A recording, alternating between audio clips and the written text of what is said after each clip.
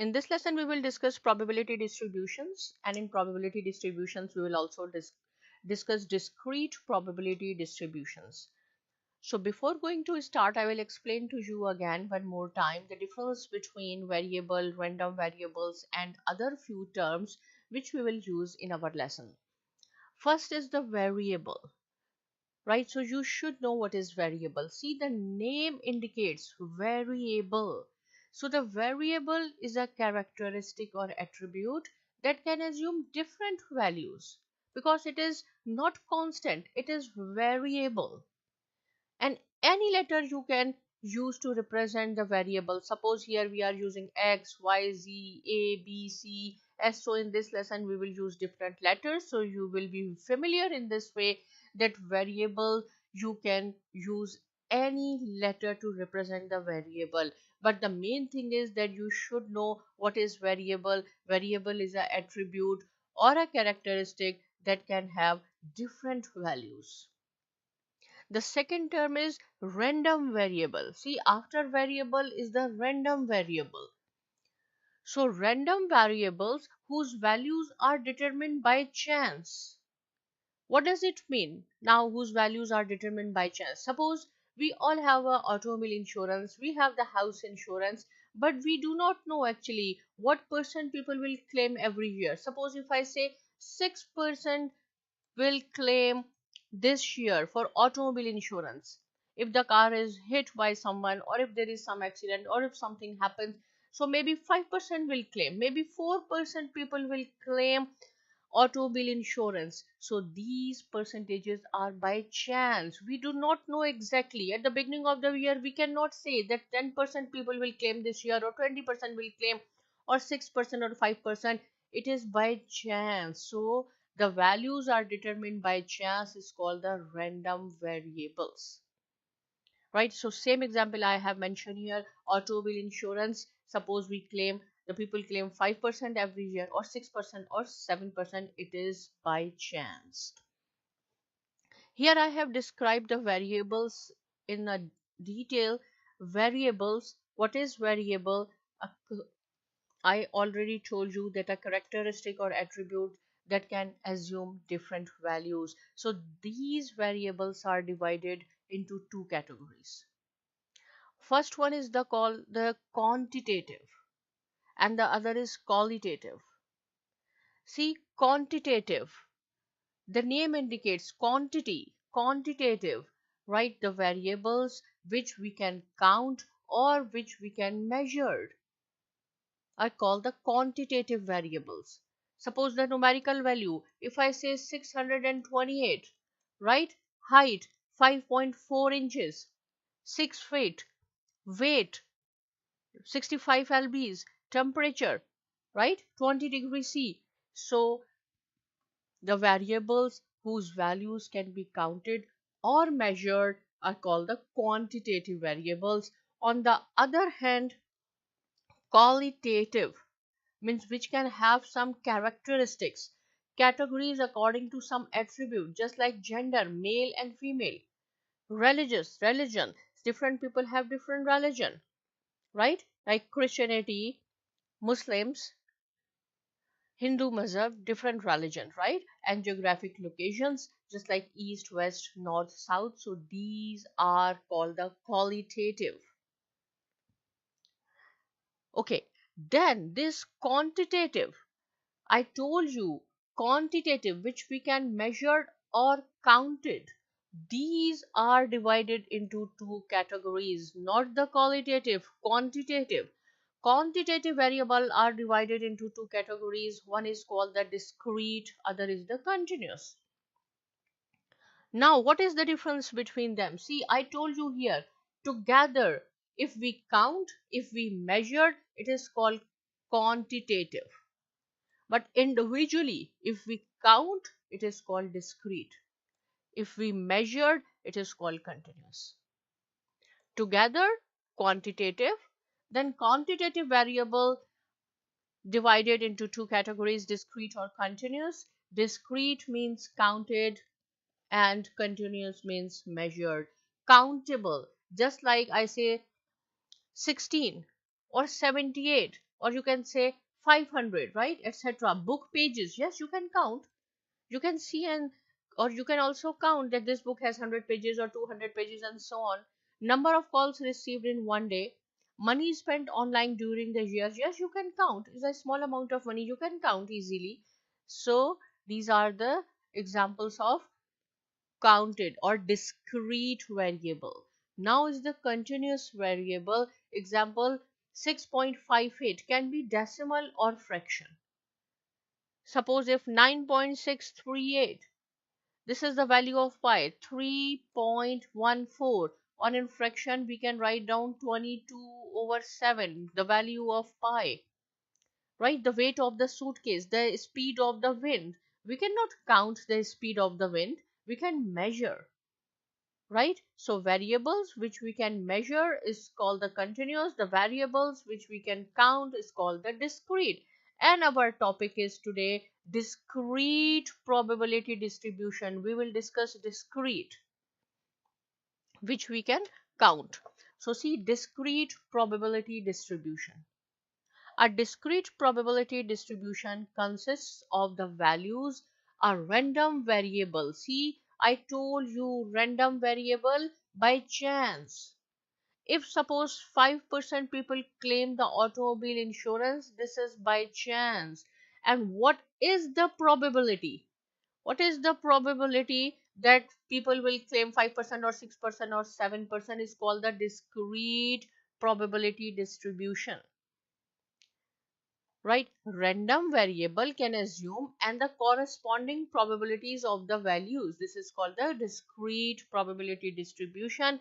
So here you have learned what is the meaning of discrete, the variable which we can count, random variable whose values are determined by chance, right? Okay, here I have make an example in order to make this concept easy. Suppose example is construct a probability distribution for a discrete. See again, discrete, because this is our topic. Random variable of the following sample space. Sample space means total number of outcomes. Suppose a family has 3 kids, right? So we have to find out total number of sample space, how many boys they can have or how many girls. So there are total 8 possibilities. If they have 3 kids, maybe 3 are boys, maybe 2 boys and 1 girl, maybe boy, girl, boy, maybe first is girl and then 2 boys, maybe 3 are girls and so on. So there are 8 possibilities. How I have made these 8 possibilities, I have made another video which is called the sample space. In the sample space, I have made these 8 possibilities with the help of a tree diagram. So please watch that video, then it will be much more easy to find out that how I have made these 8 possible outcomes. So if the family has 3 kids, there are 8 possibilities. If x is a random variable for the number of girls, then it assumes the values 0, 1, 2 and 3. What does it mean? It means if x is the random variable, we have to find out that how many girls, right? No girl is 0. 1 girl and 2 girl and 3 girl. What is the possibility or what is the event or scenario that in out of these 8 there may be no girl, so only one. See, only one. Maybe they have 3 boys. So total are 8. Out of 8 there is only one possibility that they can have 3 boys. So we will write down 1/8. Then 1 girl. How many possibilities that there will be only one girl? So see, BBG, this is one girl, this is one girl, in this is one girl. So there are out of 8, there are 3 possibilities that they can have one girl and 2 boys. So one girl, right? 1, 2, 3, 3 divided by 8, and these are the possibilities. Maybe 2 boys and girl, boy, girl, boy, girl, boy, boy. And now, how many possibilities that they can have 2 girls and 1 boy? So again, these 3 out of 8, There are three possibilities: two girls, and two girls. And here I have mentioned as well. So 3 divided by 8. Why 8? Because total number of sample space, total number of outcomes are 8. And out of 8, there are only 3 possibilities. They can have 2 girls and 1 boy. And 3 girls, what is the possibility? Maybe they can have 3 girls. There is only one possibility. So 1 divided by 8. So number of girls x, and this is the probability of x. This is the random variable. See, I told you here, random variable. We are discussing the discrete probability, which we can count. So children, we can count, right? Random variable can assume and the corresponding probabilities. So see, this is the random variable. Maybe they do not have any girl, so probability, and their probability is 1 over 8. X is the random variable, maybe 1 girl, and the probability is 3 over 8. 2 girls, probability is 3 over 8, and 3 then 1 over 8. Right? Here I have just mentioned when the probability distributions are shown graphically, the value of x are placed on the x-axis. I will show you this one, the random variable, this one. These are the random variables. It should be on the x-axis, and the corresponding probability, this we have to take on the y-axis. These graphs helps to find out the shapes of the distribution, that is right skewed, left skewed, or symmetric.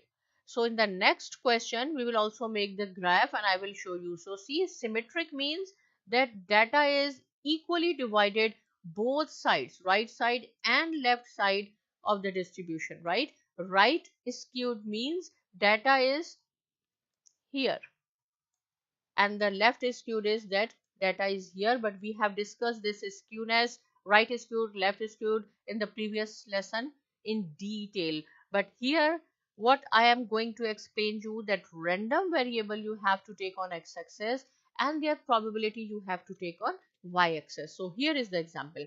Construct a probability distribution for rolling a single die. See, die has 6 sides, 1, 2, 3, 4, 5, 6. These are the outcomes. Random, right? We just roll a die. We do not know whether the 2 will come or 3 will come or 4 will come. It is random. And what is the probability? Probability of this random variable that 1 will come. 1 over 6, 1 over 6, 1 over 6. Each number has the same probability in rolling a single die, right? So this number you have to take on x-axis, these probability you have to take on y-axis, so you will get this kind of rectangular graph. Why rectangular? Because this is constant. Two requirements for a probability distributions. When we distribute the probability, right? See, these are the outcomes and this is the distribution of the probability. This is the outcomes and these are the distribution. When you will add these probabilities, always keep in mind when we distribute the probability, it should be equal to 1. So see, 1 over 8 plus 3 over 8 plus 3 over 8 plus 1 over 8, when you will add it, it is 1. Because the denominator is same, 8, 8, 8. So just count the numerator, 1, 3, 4, 5, 6, 7, 8. 8 over 8 is equal to 1. Right? The probability range is between 0 to 1, 0 to 1. But when we distribute the probability to the outcomes, it should be equal to 1. Right? In this example, 1 over 6, 1 over 6, 1 over 6. These are the outcomes and we have distribute the probability. When you will count all these, 1 over 6 plus 1 over 6, it should be equal to 1. It will be 6 over 6, which will be equal to 1. So the same thing, the probability of any event, any scenario is the number, either a fraction or a decimal, between and including 0 and 1. This is the range of the probability, but when we distribute the probability, add it, it should be equal to 1. Right? Fraction means, suppose if I say when we flip a coin, maybe there is half. Half means 50% chance that the tails will come or 50% that the head will come. When you will add half and half, it is equal to 1. In decimal, we can write down 0.50 or 0.50 probability that the head will come or the tail will come. Again, it will be equal to 0. So this is the first requirement. Second is, it is denoted by probability of any event is greater than equal to 0 and is lesser than equal to 1. It should be lesser than or equal to 1. But simply you can say the range of the probability is between 0 to 1. Rule number 1 says that probability range is 0 to 1. When the probability of the event is close to 0, its occurrence is unlikely. Suppose when we will roll a die, if I will say what is the probability that 7 will come? 0, because there is no 7. What is the probability that the 8 will come? 0, because in rolling a die there is no 8, there is no 7, right? But if I say when I flip a coin, what is the probability that the head will come? Yes, 50%, right? And when the probability of an event is close to 1, the event is highly likely to occur. If suppose you say that I have to attend my statistics class, right? So this probability is 1 that you have attended. In rolling a single die, each outcome in the sample space has the probability of 1 over 6, and the total I show you, when you add the total 1 over 6 plus 1 over 6 plus 1 over 6 6 times, you will get 1. Here is another example. These are the data, right? This is the outcome and this is the corresponding probability. Data shown consists of 45 World Series event of basketball, right? 45 total are 45. Y represent number of games played. Find the probability of py for each y. So see, these are the outcomes. Here I have used y instead of x. So you should be familiar that any variable we can use. 5364, 5364, and this is the probability. 12 divided by 45, 0.2667, 14 divided by 45, 9 divided by 45, and so on. When you will add all these probabilities, it should be equal to 1, and it is equal to 1. Right, here I have set some questions, so we will discuss in this way. You will learn more about it. Find whether each distribution is a probability distribution. See, these are the outcomes. Here I have used x, y, z. So 3, 5, these are the outcomes. Suppose these are the outcomes of any event and these are the probabilities. That the probability is 0.3, 0.5, 0.3. Count it. 0.3 plus 0.5, 0.8. This is 1.1 and 1.2. So the question is, find whether each distribution is a probability distribution. So it is no. Why? Here I have written as the sum of the probability is greater than 1. I told you it should be equal to 1. When we distribute the probability, add it, it should be equal to 1. And the range of probability is between 0 to 1. So this is more than greater than 1. In second scenario, these are the outcomes. These are the corresponding probabilities. 0.3, 0.2, 0.5, and this is 1. Yes, as the sum of the probabilities is equal to 1. You can count it. Third is z. So these are the outcomes, these are the probabilities. Is this probability is negative 0.5, 0.6, 0.1. So this is no. This is important. Why it is no?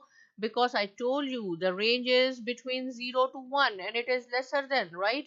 As one of the probability is less than 0, this one. So this is no. Right? So in this lesson, you have learned discrete probability distribution. If still you have any question, you can write down in comment section. Please do not forget to subscribe to my channel Saima Academy, and thanks for watching.